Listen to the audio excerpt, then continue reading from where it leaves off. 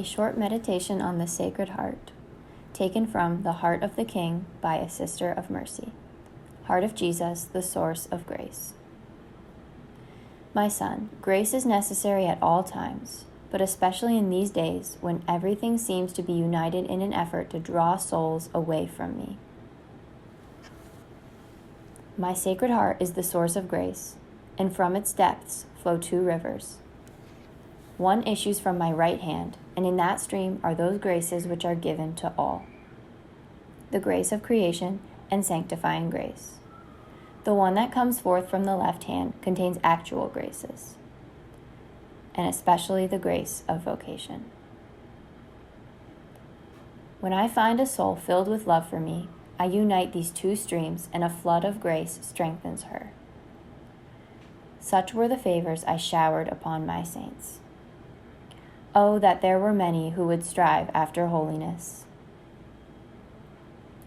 You will learn the secret of sanctity by keeping close to my Sacred Heart and by studying the actions of my daily life while I was on earth.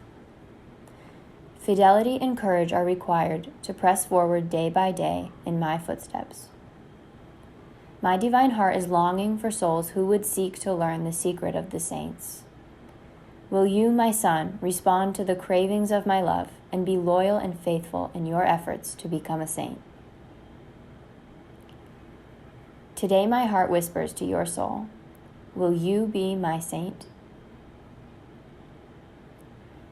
I am ready to pour upon you the graces you will need.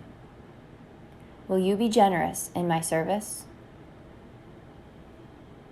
Dear Christ, my King, I place my hands in yours, and in answer to the pleading of your Sacred Heart, I promise to become your saint. Bless and strengthen my resolution that I may never fail in my allegiance to you. Resolution.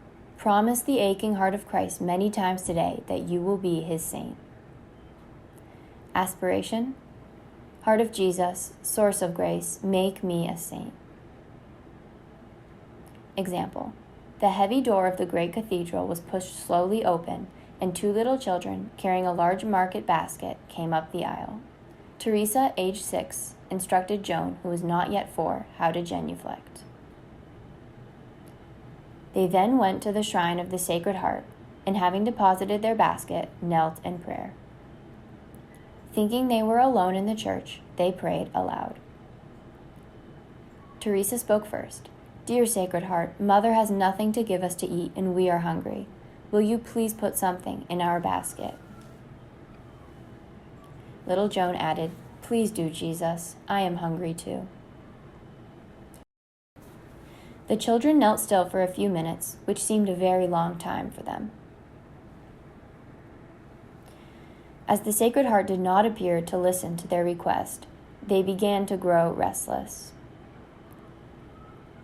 Joan whispered to her sister, Perhaps God is busy. Teresa then said to the Sacred Heart, Dear Jesus, we know you are busy. There are so many grown people to listen to, but we shall leave the basket and come back in a little while.